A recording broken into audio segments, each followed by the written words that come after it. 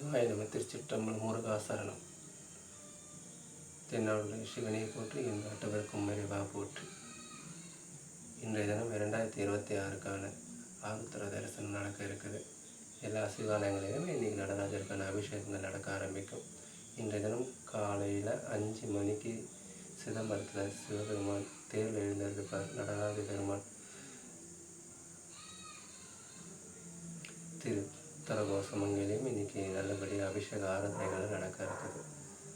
கண்டிப்பாக சுவாமி இன்றைக்கி எல்லாருக்குமே அருள் புரிஞ்சிருப்பார். சிதம்பரத்தில் தேரில் எழுந்திருப்பார். சிவகாமியம்மை உடனாயும் புத்த பெருமான் எல்லாரையுமே பார்த்துருப்பார். இன்றைக்கி சிதம்பரத்தில் ஆடியார் பெருமக்கள் படை சூழ கைலாய வாத்தியங்கள் வாசிக்க 4 மாட வீதியும் பெருமாள் சுற்றி வந்திருப்பார். இன்றைக்கி எல்லா அடியாரையும் பார்த்துருப்பார்.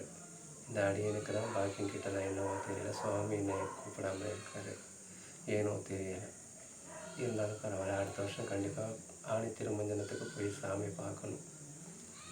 இன்றைக்கி உங்களால் முடிஞ்சால் பக்கத்தில் இருக்க சிவாலயத்தில் போய் நடராஜர் அபிஷேகத்தை பாருங்கள், கண்டிப்பாக பாருங்கள்.